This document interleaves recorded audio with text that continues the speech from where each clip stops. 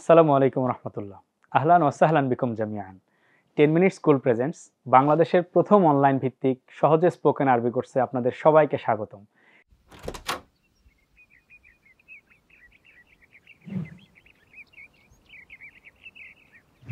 এই সমগ্র কোর্স জুড়ে কোর্স ইনস্ট্রাক্টর হিসেবে আপনাদের সাথে থাকছি আমি মাহাদি হাসান। আমি বর্তমানে কর্মরত রয়েছি ঢাকা বিশ্ববিদ্যালয়ের আরবি বিভাগে একজন সহকারী অধ্যাপক হিসেবে।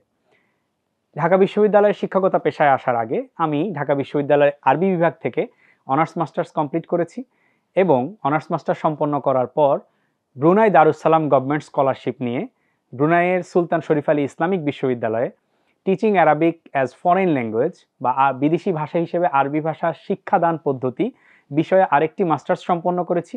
সেই মাস্টার্স ডিগ্রিটি করতে গিয়ে আমি আসলে দেখেছি আরবি ভাষা কিভাবে কত সহজে কাউকে শেখানো যায়।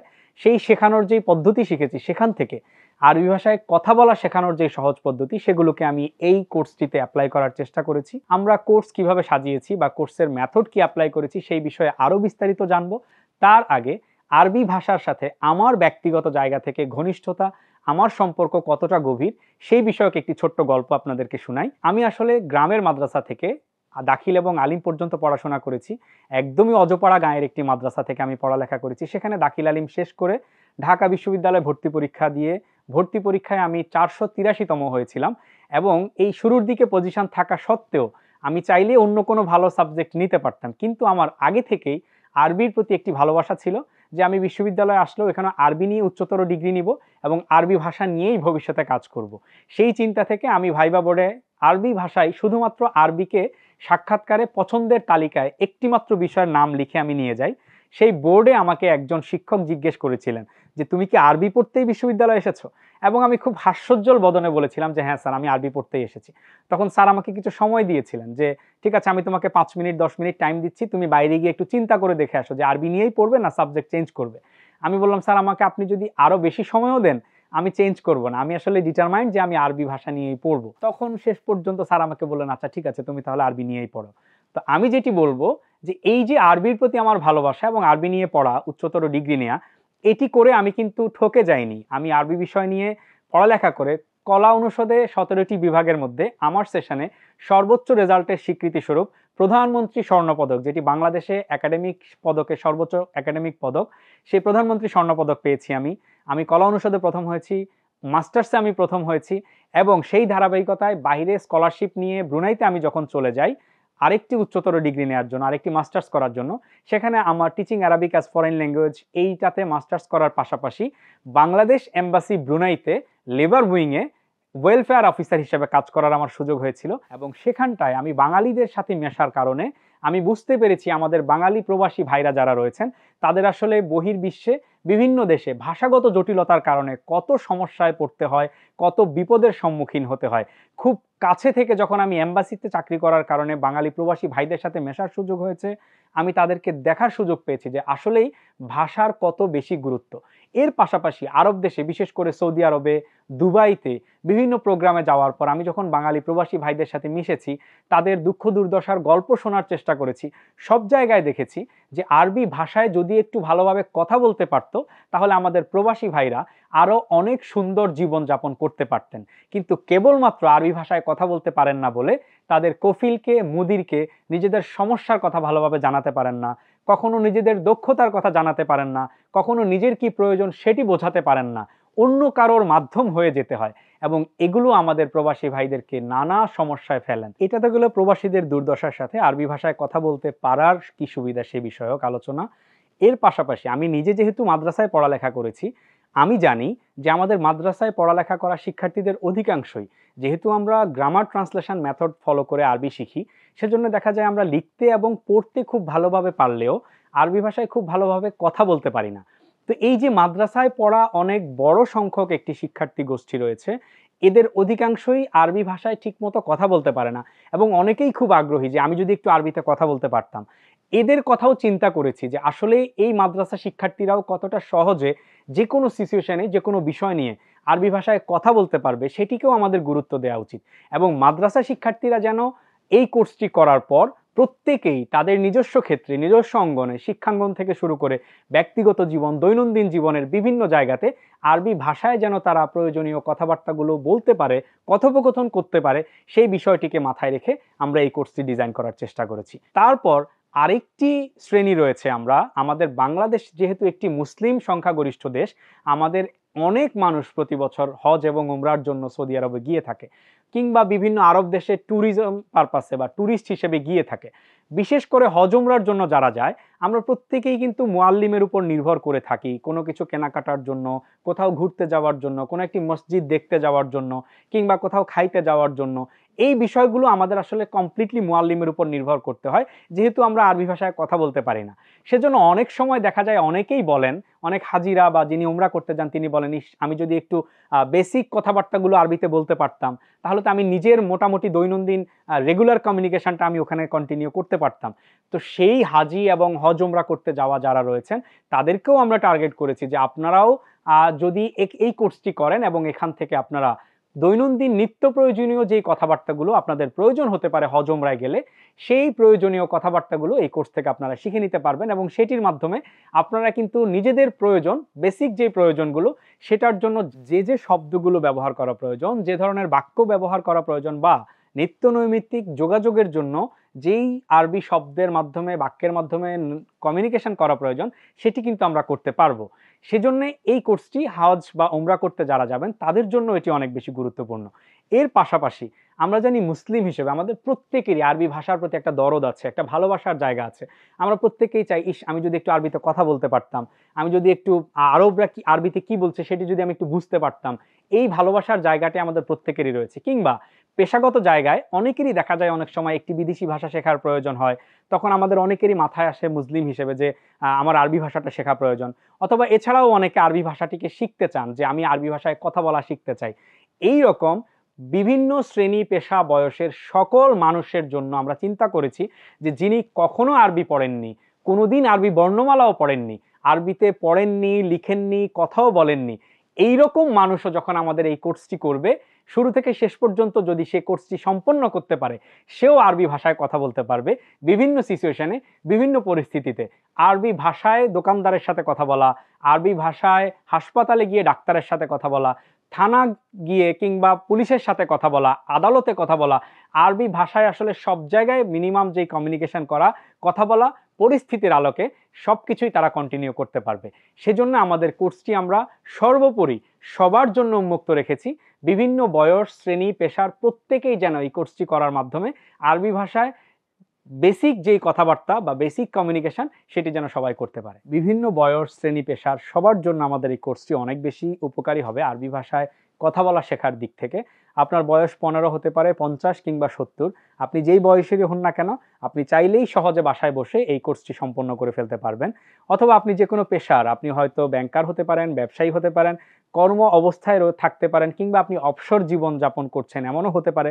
যেভাবেই থাকুন না কেন, সহজেই মোবাইলে কিংবা আপনার কোনো ইলেকট্রনিক ডিভাইসের মাধ্যমে আপনি খুব সহজে বাসায় বসে আরবি ভাষায় কথা বলার এই কোর্সটি করে ফেলতে পারেন। এবং আমরা বিশ্বাস করি বিভিন্ন শ্রেণী পেশার মানুষ, সবাই থেকে শুরু করে এমনকি বিশেষভাবে আমাদের অনেক মা বোনরা রয়েছেন যারা খুব বেশি আরবি ভাষার প্রতি দুর্বল, আরবি ভাষায় কথা বলা শিখতে চান, আরবি ভাষায় কথা বলা শুনে বুঝতে চান, তাদের জন্য আমাদের এই কোর্সটি অনেক বেশি আশা করছি যে তারা এই কোর্সটি শিখে সহজে আরবি ভাষায় কথা বলা আত্মস্থ করতে পারবেন, আরবি ভাষায় কমিউনিকেট করতে পারবেন, আরবি কথা শুনে বুঝতে পারবেন। এবার আসি কোর্সটিতে আমরা কিভাবে আরবি ভাষায় সহজে কথা বলা শিখিয়েছি সেই বিষয়ে একটু কথা বলি। কোনো রকম গ্রামারের মার প্যাঁচে না গিয়ে, আরবি ব্যাকরণের কিছুই আমরা আপনাদেরকে শিখাইনি।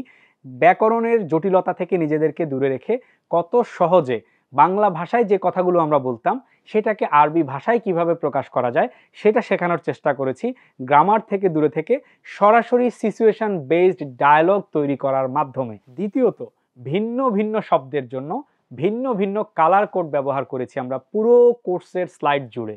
আমরা দেখানোর চেষ্টা করেছি আরবি প্রথমত বাংলা বাক্যটি লিখেছি, সেই বাক্যটির পর বাক্যের আরবি অনুবাদ কি হবে সেটি লেখার চেষ্টা করেছি, এবং যেহেতু অনেকেই আরবি দেখে দেখে পড়তে হয়তো নাও পারতে পারি, নিচে আমরা আবার আরবি বাক্যটির উচ্চারণ দিয়ে দিয়েছি। এই যে প্রথমে বাংলা বাক্য, তারপর আরবি অনুবাদ, তারপর আরবির উচ্চারণ, এই 3 লাইনের মধ্যেই আমরা বাংলা যে শব্দটি, সেই শব্দের যেই আরবি, ওই আরবি শব্দটি এবং আরবির যে উচ্চারণ তিনটিকে একই কালার দিয়েছি। এটা ইউনিক কালার কোড মেনটেন করেছি যেন রং দেখেই আমরা বুঝতে পারি এই শব্দটির আরবি অনুবাদ এটি এবং এই আরবি শব্দটির বাংলা উচ্চারণ এটি। তাহলে আমরা সহজেই লিঙ্ক করতে পারবো, কানেক্ট করে আমরা সেটিকে সহজেই শিখে নিতে পারবো।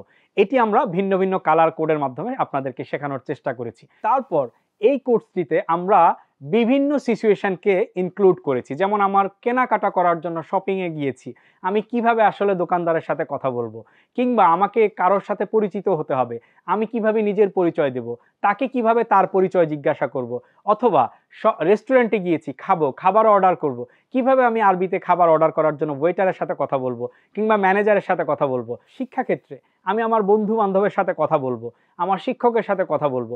কর্মক্ষেত্রে অফিসে আমি কিভাবে আমার কলিগের সাথে আরবি ভাষায় কথা বলবো, কিংবা আমরা যারা মধ্যপ্রাচ্যের প্রবাসী ভাইরা রয়েছি কফিলের সাথে মুদিরের সাথে কিভাবে আরবি ভাষায় কথা বলতে হবে, যেটি আমাদের অনেক বেশি প্রয়োজন আমাদের একামা রিনিউ করার জন্য, আমাদের ভিসা বাড়ানোর জন্য, ছুটি চাওয়ার জন্য, দেশে আসার জন্য, কিংবা যে কোনো প্রয়োজনে কফিল মুদিরের সাথে কথা বলতে হয়। অথবা আমরা যারা বিদেশ যাব আমাদের বিমানবন্দরে, ইমিগ্রেশনে, বিভিন্ন জায়গাতে আরবি ভাষায় কথা বলার প্রয়োজন হতে পারে কিংবা কথা বুঝার প্রয়োজন হতে পারে, সেটি আমরা কিভাবে কন্টিনিউ করব, এই সিচুয়েশনকে ধরে ধরে আমরা পরিস্থিতির আলোকে কত জায়গাতে কিভাবে আরবি ভাষায় কথা বলতে হয় সেই বিষয়গুলো শেখানোর চেষ্টা করেছি। সরাসরি বাংলা ভাষা থেকে আরবি ভাষায় কিভাবে আমি আমার মনের কথাগুলো প্রকাশ করব খুব সহজে আমরা সেটি শেখানোর চেষ্টা করেছি। এবার আসি এই কোর্সটি কিভাবে করব সেই বিষয়ে যদি আপনাদেরকে একটি ধারণা দেই।